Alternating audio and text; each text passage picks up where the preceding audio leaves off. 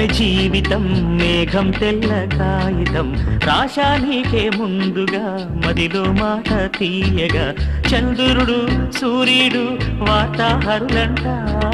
రేపవలు ఎప్పుడైనా లేఖలు నిన్నే చేరును అదే కాలమే జీవితం మేఘం తెల్ల